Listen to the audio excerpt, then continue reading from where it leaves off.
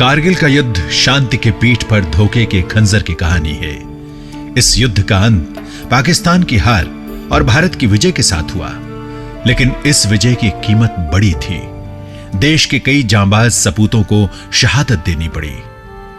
आज कहानी एक ऐसे ही शहीद की, 13 जम्मू एंड कश्मीर राइफल्स के शहीद कैप्टन विक्रम बत्रा की।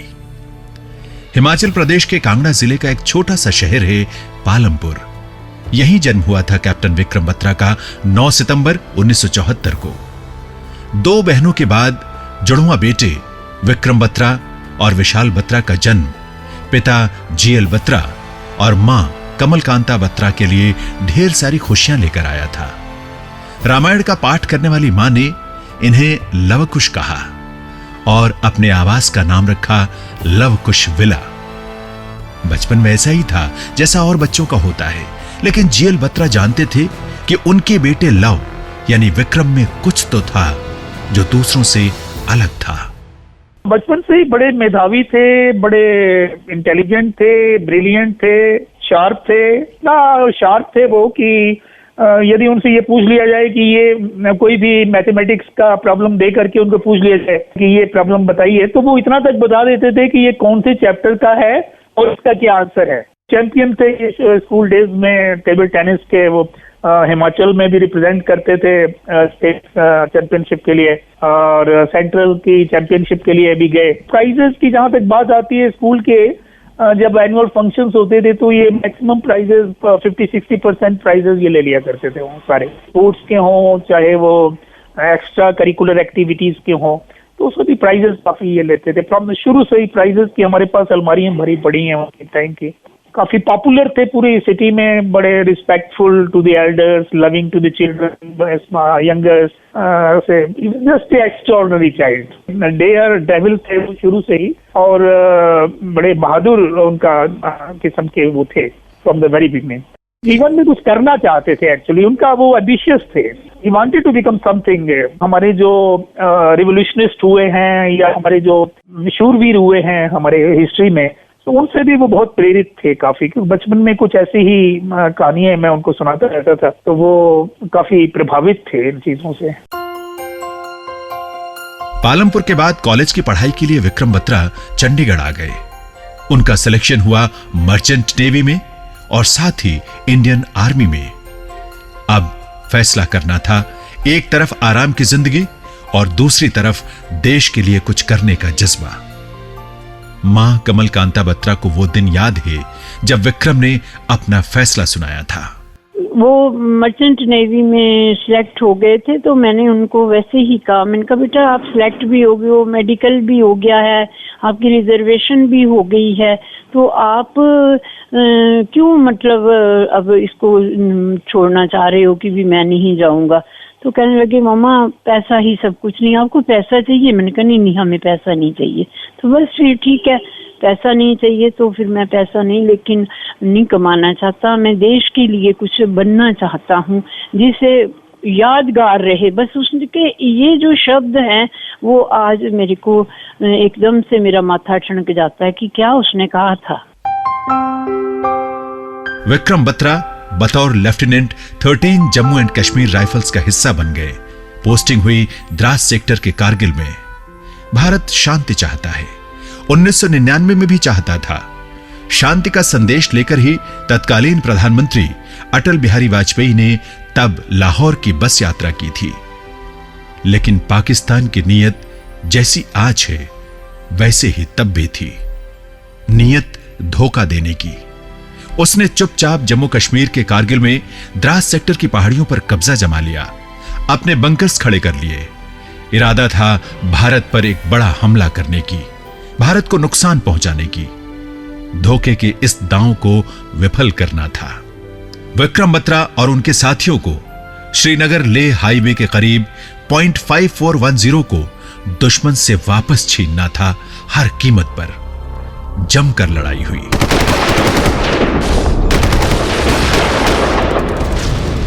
विक्रम बत्रा ने दिखा दिया कि हिम्मत और जज्बा किसे कहते हैं। 20 जून 1999 सुबह 3:30 बजे विक्रम बत्रा और उनके साथियों ने इस महत्वपूर्ण चोटी पर एक बार फिर तिरंगा लहरा दिया। इस फतेह के बाद खुद विक्रम बत्रा ने कहा था, We had already decided our success signal before advancing for the attack, and it was like Bravo company's success signal "Oi Aaya," which was passed to our CEO Colonel Joshi on the radio set. After the another bunker was captured, my company's success signal was "Ye dil mange more." Vikram Batra ने कहा, ये दिल मांगे मोर, और यही बन गया हिंदुस्तानी फौज का मंत्र। यूनिट ने उनको एक नया नाम दिया, शेर शाह। शेर शाह ऑफ कारगिल। पाकिस्तानी फौज में विक्रम बत्रा का खौफ फैल गया था, इतना कि उन्हें मारने के लिए उन्होंने जो प्लान रचा था उसका नाम था ऑपरेशन शेर शाह। विक्रम बत्रा का काम अभी पूरा नहीं हुआ था, अभी कई और इलाके थे जहां दुश्मन बैठा हुआ था। अगला टारगेट था पॉइंट 4875 से पाकिस्तानियों को मार भगाना। अपने इस ऑपरेशन पर निकलने से पहले उन्होंने अपनी मां से बात की थी। 5 जुलाई को उन्होंने मुझे लेटर लिखा था आखिरी, जब वो 4875 की चढ़ाई चढ़ रहे थे, और उन्होंने ये लिखा था कि मेरे को फर्स्ट कैप्चर मिला है, जो फर्स्ट मैंने पीक कैप्चर करी है 5140 में, और मेरी बिगेस्ट विक्ट्री थी कि मैं 6 सोल्जर्स के तो ऊपर गया था, 6 सोल्जर्स के साथ ही मैं नीचे वापस आया हूँ, और मेरे को महावीर चक्र के लिए रिकमेंड किया गया है, और मैं एक सेकेंड अटैक के लिए जा रहा हूँ। बट उसमें भी लेटर में उन्होंने लिखा था he was so confident that he will come back, क्योंकि उन्होंने मुझे लिखा था उस लेटर में कि मैं वापस आने के बाद तुम सबसे बात करूंगा, और I am looking forward to meet all of you and then share my victories with you. अपने इस ऑपरेशन पर निकलने से पहले उन्होंने अपने जुड़वा भाई विशाल बत्रा को एक चिट्ठी लिखी। On the 19th of June 99, both the companies Bravo and Delta led the assault for the capture of point 5140. Even though terrain was extremely difficult, the gradient was very, very steep. Vikram Batra led from the front. Hey, company's success signal was "Ye dil mange more." The guys were so high. He was always a go-getter, a volunteer, would like to always volunteer for carrying out any ambushes, raids. He was always a big go-getter. Though we had reached the top, the enemy had a bunker which was constructed right on the mouth of this ledge. If we have to capture 4875, the only way is to launch frontally along that ledge, which was suicidal actually. Captain Naveen, who was in the forwardmost area, he got injured. The enemy had thrown a grenade and it fell on his leg, and his leg was very badly damaged.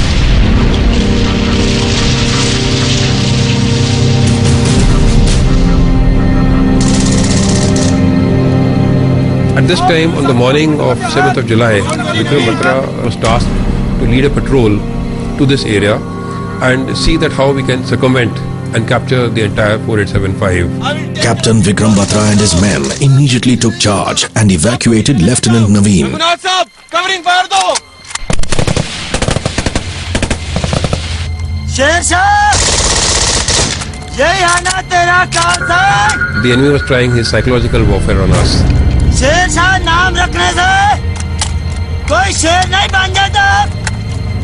Rocky नाम से बच के आ गए। Captain Vikram Batra carried on from where Lieutenant Naveen had left, raining bullets at the enemy. Sher Shah, तू तो बहुत समझा लग रहा है।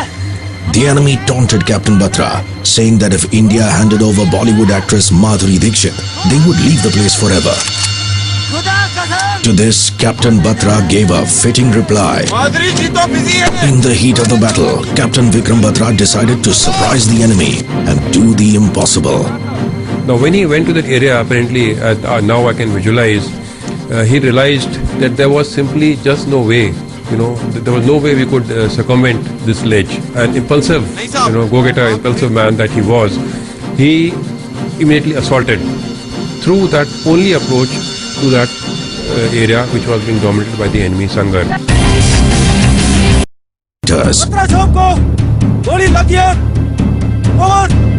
He didn't bother for his own life and made the supreme sacrifice.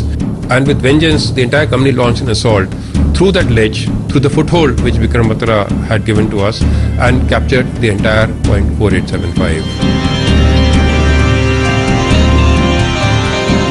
On 26 January 2000, on the occasion of Republic Day, Captain Vikram Batra was posthumously awarded India's highest gallantry award, the Param Veer Chakra.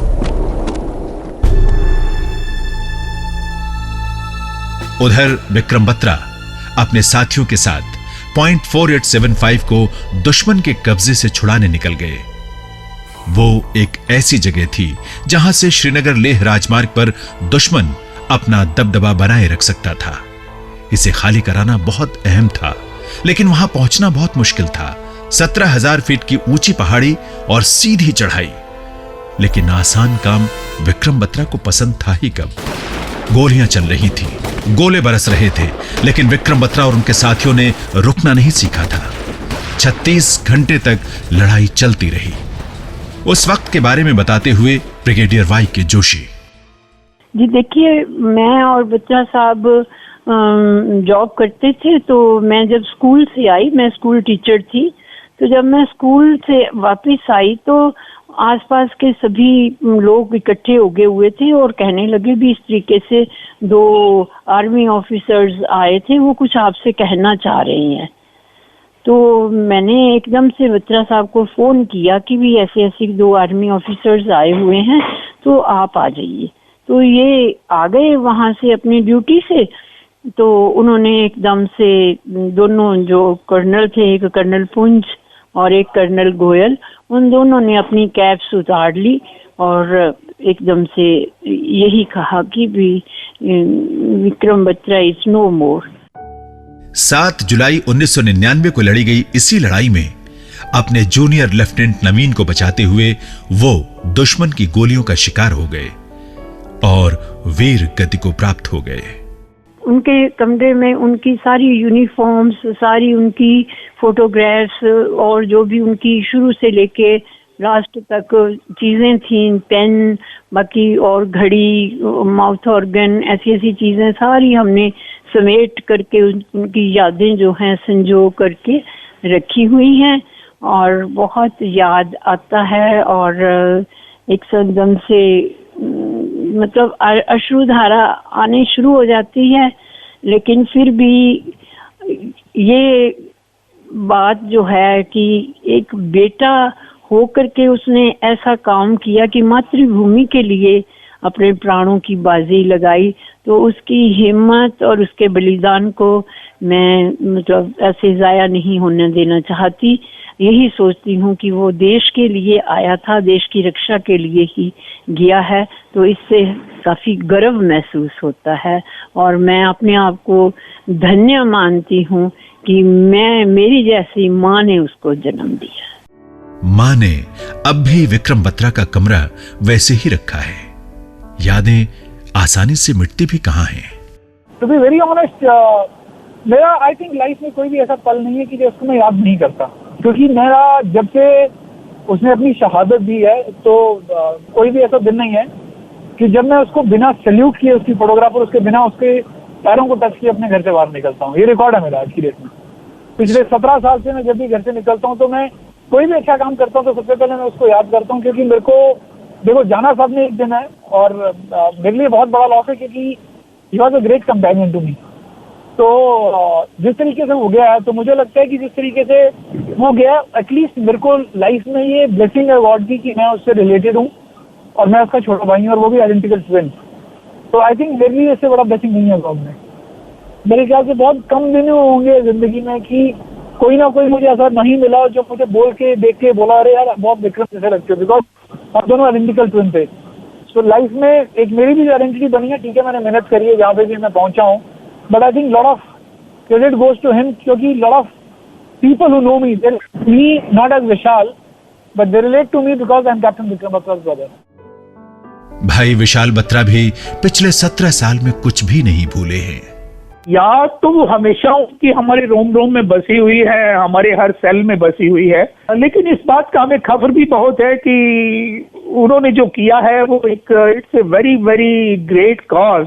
उस बात का हमें एक बड़ा गौरव है अपने आप में, और हम समझते हैं कि हमारा ये जो particularly both of our self, my wife and my self, we feel that कि हमारा जीवन उन्होंने सार्थक कर दिया है।